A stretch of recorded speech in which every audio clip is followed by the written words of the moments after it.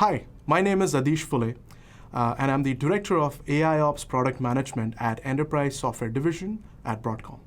My topic for today is intelligent automation. We'll talk about how modern AI ML techniques can be applied in the space of IT operations to provide intelligent insights and intelligent automation. So when we look at the IT operations space, there are three key monitoring domains. There is the app. This includes products like APM, end user monitoring, digital experience monitoring. Then there is infrastructure, let's say infra, which includes monitoring of your servers, storage, cloud assets, containers, virtual machines, etc. And the last is network. And this broadly extends to your LANs, your WANs, your wireless networks, and their software-defined variants. Now, traditionally, the way IT has operated is that each of these domains work in silos, which means each of them is managed by a different team. They have complete authority over which tools they use and how they configure it and what policies they set. And the challenge with that is they often lack visibility into what the other team is doing. Right? So when you have products like these in place, typically what you will do is collect a bunch of metrics. You will generate alerts on it. You might gather some dependency graph or topology, and you might be collecting some logs. And this is consistent across all the products. Now, in order to be effective, efficient, and automated, each of these teams implement some form of automation. Right? So let's call this automation product 1. Let's call this automation product 2 and 3. Now, each of these groups essentially are operating in silos. And while individually you can claim that you're highly automated because you've not only automated the instrumentation, but also the remediation or the mitigation aspect. But this leads to a common effect, and that is called as islands of automation. Right? So what you end up with is you have 3 sets of Band-Aid solutions that are being executed in silos. And the risk here, and as I said, this is islands of automation. And the risk here is that you will keep on fixing point problems, but you may not get to the real root cause. Or in many cases, the fix that you apply locally might even be detrimental or delay finding the actual root cause. So let's get to the modern world, right? So the solution we offer at Broadcom is AIOps. And the goal of AIOps essentially is to gather data from all these different sources and many more if you have any custom sources coming in. And now what you have the ability to do is correlate all this valuable information across the 3 monitoring domains, right? So you're not doing individual metric collection, but you're actually doing metric correlation, and you can find anomalies. What you can also do is noise reduction type scenarios. You get alerts from multiple places, and you can all aggregate them together and identify one of them to be the root cause. Right? Same goes for logs. You can do log level correlation. So you don't have to look at individual log entries from the different sources. And finally, and the most interesting, is you can now take these independent topology graphs or dependency graphs, and you can sort of start stringing them together when you have traffic going east to west, which could be from networking products or from APM transactions. And what you can also get is north-south aspects, which could be your, again, network traffic or your infrastructure components. Right? So, so you start to now build out a sort of connected graph across all these, all these data sources. And this provides what we call as intelligent insights. And this is sort of the first key aspect of intelligent automation, which is intelligent insights.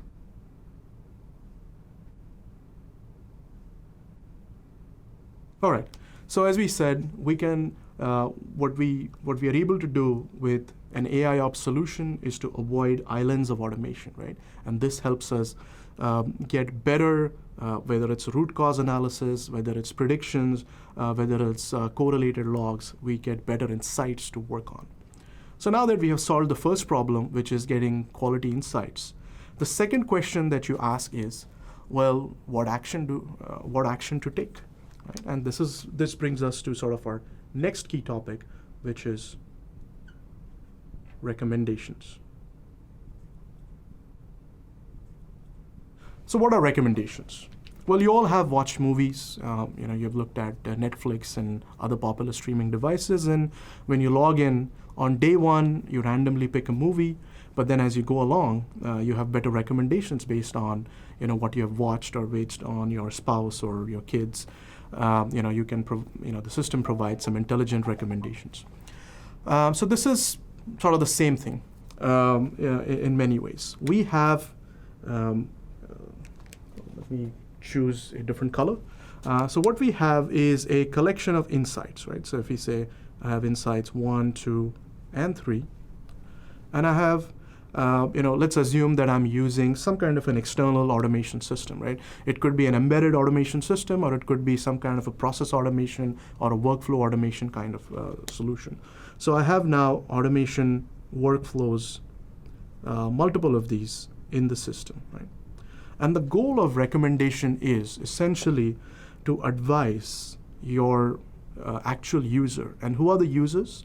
Well, the users could be your L1, L2, L3 support hierarchy, or it could be your SRE group, or anyone from the NOC team or your first responders, essentially, right? So when they are analyzing the problem, we told them what the problem is by providing intelligent insights. And now what we want to do is recommend that for a given kind of problem, there are various actions that are possible. And so you want to list these actions, and not just list them, but you want to list them in a priority, in an ordered list, right? So now, the user is not just guessing on what the right action might be, or they're not waiting for approval for someone, or they don't have to file a ticket and waste precious time, but instead they have information at their fingertips to execute the right action and mitigate it as soon as the problem occurs, right? So how do we get to this state, right? So there are various considerations for this. Right. So first consideration essentially is to look at tags, right? Or also attributes. So whether they are insights or whether they are automation workflows, they have a lot of metadata, lots of information, right? These could be the devices they are generated against, the users involved. There could be all kinds of environment variables at play. So we can use a mix of all of these, and this is what I call as tags, right? So we can now we have features that we can extract from insights, from workflows, and then we can use use these to kind of give some recommendation. The number two is if there are experts, and they always are, who experts in a specific domain or who understand the space well, they can come in and provide some ratings, right? So you can basically, you're all familiar with if you've gone to Amazon or any of your favorite sort of websites, it provides you the opportunity to rate the things that you've seen. So the user can, now the experts can go in and rate the workflows based on the problem, right? So that becomes the second input. And we like to call this as an explicit feedback, right? Because the user is proactively going and providing this detail. The third thing is, just tap into, the community as such, right? So over a period of time, you will have numerous similar insights generated, right? So if it's a recurring problem, you can have an I4, and what the system starts to realize that these insights are kind of similar, right? So I1, I3, I4 are similar in nature, so it's representative of the same problem. Maybe not the exact, but maybe 80% or 90% similar. And now we have information on what actions have been executed in the past. So we can tap into this historical data, and we can get some insights. what users can also do is once an action has been executed, they can give a thumbs up or a thumbs down for how effective the workflow was. So there are numerous such attributes or numerous such dimensions that we use to derive these recommendations. And the goal at the end is, as I said, is to provide an ordered list. So now the SREs and the L1s and all your end users, your first responders are not just guessing, but they're tapping into sort of the cumulative intelligence of the community. Insights, recommendations. Now let's talk about where can I use a system like this, right? So we have numerous examples that we have seen from our customers. So I'll talk about just a few of them. So let's pick a simple example of a network device, right? And you have network traffic flowing through this. And typically, if you're looking at sort of the bandwidth being provided by or supported by that device, you may have certain policies, right? You may have some QoS policies that are set up, which will control what kind of traffic, what protocols, which applications, get allocated the amount of bandwidth. Now, if you have a problem like this, in the absence of AIOps, you will always, and intelligent automation, you will always be guessing, is it a problem with my QoS policy definition? Is the problem with just the sizing of the resources? Because if this is a SDN, if this is a component of my software-defined network, then maybe just my VMs or my virtual infrastructure is undersized, and that poses a problem. Only with AIOps and intelligent automation can you figure out what is the right problem and then take the correct remedial action. So this was my first example, which is network-based. The second example that you could think of is our favorite, which is databases. So the most common thing to complain about after network is databases. Right? Why is my app slow? Has to be the database, and there are different kind of problems that could be leading to slow application performance.